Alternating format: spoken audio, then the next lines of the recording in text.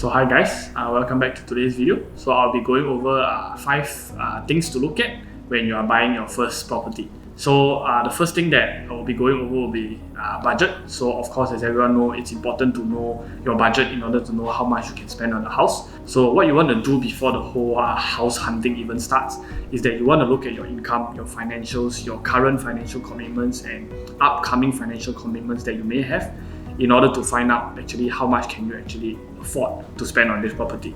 So that will factor into your housing hunt and also your housing loan as well.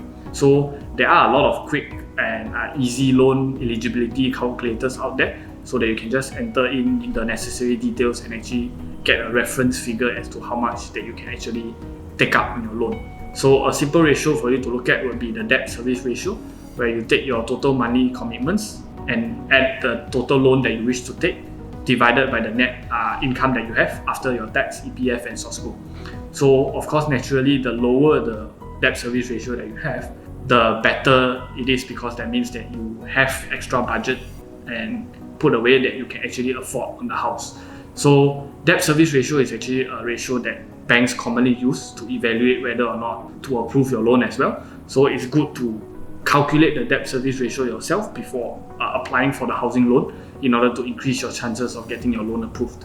So also keep in mind that it's not only the budget for the house, there are also extra budget out there that you need to put aside, such as for renovation, for repairs and maintenance in case there's any faulty things within the house, furnitures, legal fees, stamp duties and other miscellaneous fees as well. There are also a lot of these expenses when it comes to not just the property itself, but the procedure of buying the house. So you have to pay like your agent fees, legal fees, etc. So all these will add up to a larger amount than you have expected. So always bear in mind that you have to add up these fees into your budget consideration as well.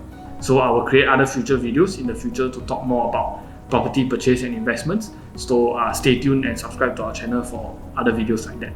The second thing to look at is also linked to the first point, which is your housing loan application. So how do you increase your chances of getting your housing loan approved?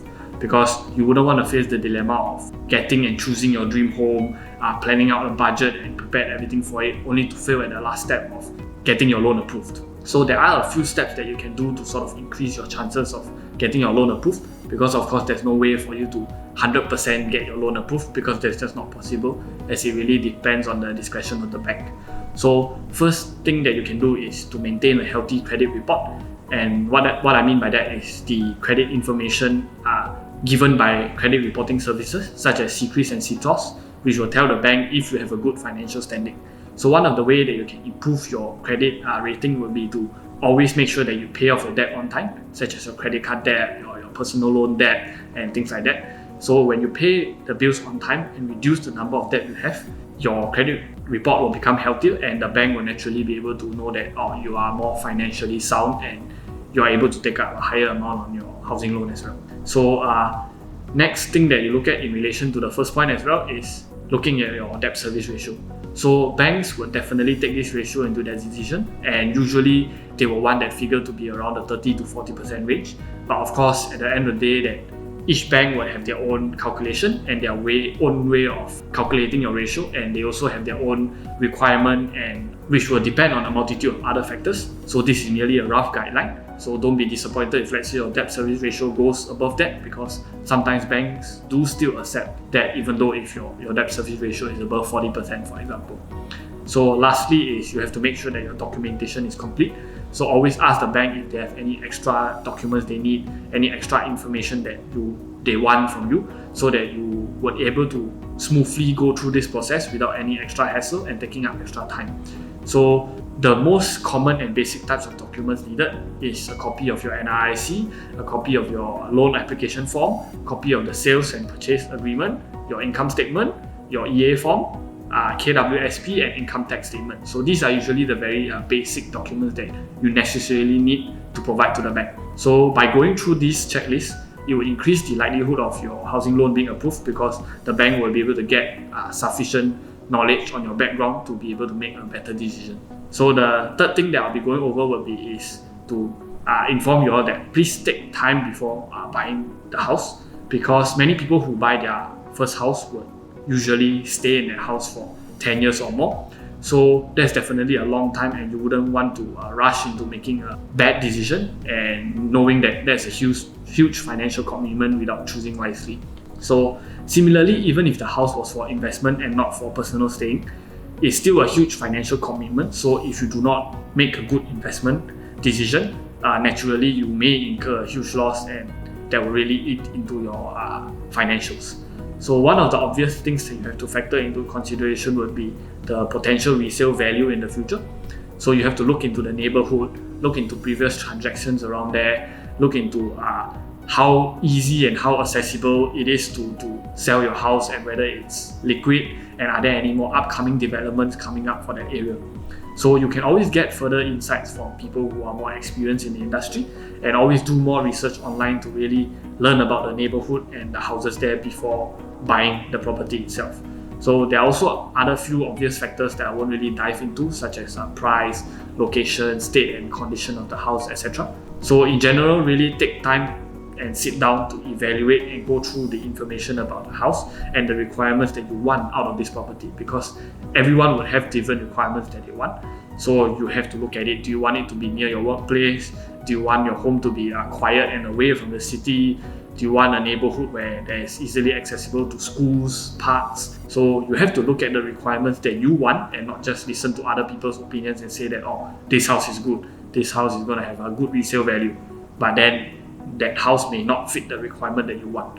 So you really have to sit down and think about it yourself, and eventually go through your own checklist before making the decision to purchase the property or not.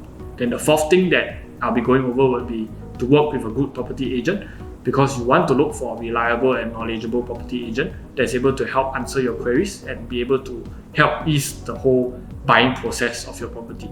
Because then they will be able to help to tell you what are the information needed, what are the forms that you have to fill up in a promptly manner, so that there's no delay and you wouldn't submit the form late and be penalized for that. So when you purchase a house, it's a rather complicated process. It's good to have someone who is able to help you with most of the logistics and paperwork, so that you don't have to crack your head and really do everything yourself. So a good property agent will also have strong connections that will be able to help you, such as they may be connected to another property agent that's able to introduce you to more houses that you might be more interested in. They might have connections to contractors, plumbers that are able to help serve your repair and renovation needs. So with that, you might be able to get a cheaper price of these contractors, and in fact, you would even be able to know that they are a more reliable source rather than just going online and trying to find who should I look for. So all these minor details added up can be a huge sum of money that you're able to help save just by going through and choosing a good property agent. So not only that, you have to think about the fact that usually people end up paying a lot more hidden costs for their property because they end up missing this faulty thing, end up missing a faulty pipe or faulty wire, so and they end up have to pay a lot more to get plumbers or wires to come and fix these. So when you have a good property agent that is able to help connect you to good contractors, they may be able to come and inspect the house for you prior to you purchasing the property. So that way, because they are an expert in this industry, they're able to help make better decisions on those aspects better than you. So the last thing that I'll be going over will be, at the end of the day, the most important thing is still to do your own research, because that way you can prevent yourself from being scammed or being lied to by the various fake gurus out there.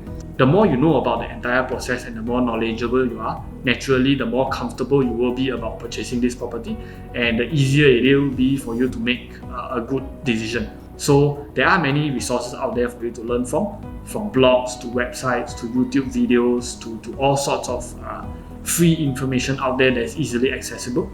That's what I aspire to do on my YouTube channel as well, where I can turn it into a free platform and a free source of information so that people can come here to learn about investment decisions and personal finance and budgeting decisions as well. So buying a house is definitely a huge achievement, especially for younger people. So do keep in mind that even though it's an exciting journey, you have to be very careful with the decision made, because it's definitely a huge sum of money. So please be careful so that you don't incur any losses or have any regrets. So do comment down below if you have any further questions, and I wish everyone good luck with their first journey towards purchasing their own property. So with that being said, we have come to the end of the video. So if you have liked this video, please subscribe to our channel and share this to your friends who you feel may be interested in this topic. So thank you for watching, and I'll see you in the next video. Bye bye.